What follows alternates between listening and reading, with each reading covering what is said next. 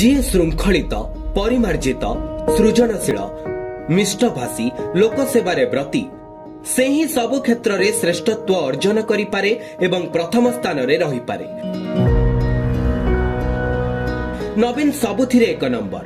ସେ ଲୋକପ୍ରିୟ ନେତା, ଲୋକଙ୍କର ପ୍ରଥମ ପସନ୍ଦ। ସେ କୋଟି ଓଡ଼ିଆଙ୍କର ସ୍ୱାଭିମାନ ଅଭିମାନ। ସାରା ଦେଶରେ ନମ୍ବର 1। ଶ୍ରେଷ୍ଠ ଶାସକ, ଶ୍ରେଷ୍ଠ ଯୋଜନାର ଜନକ, ବିପର୍ଯ୍ୟୟ ପରିଚାଳନାର ପଥ ପ୍ରଦର୍ଶକ, ଅଦ୍ୱିତୀୟ ମୁଖ୍ୟମନ୍ତ୍ରୀ। ତାଙ୍କ ଉଦ୍ୟମ ପାଇଁ ଓଡ଼ିଶା ଆଜି ବିଶ୍ୱବିଦିତ। ଗରିବୀ ଦୂରୀକରଣରେ ଓଡ଼ିଶା ପ୍ରଥମ। ମାତୃ ଶିଶୁ ମୃତ୍ୟୁହାର କମାଇବାରେ 1 ନମ୍ବର ରାଜ୍ୟ।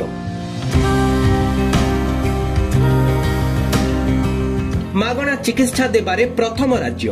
ଖାଦ୍ୟ ସୁରକ୍ଷାରେ ନମ୍ବର 1 ରାଜ୍ୟ। ମହିଳା ସଶକ୍ତିକରଣରେ 1 ନମ୍ବର। କ୍ରୀଡ଼ା ରାଜଧାନୀ ଏବେ ଓଡ଼ିଶା।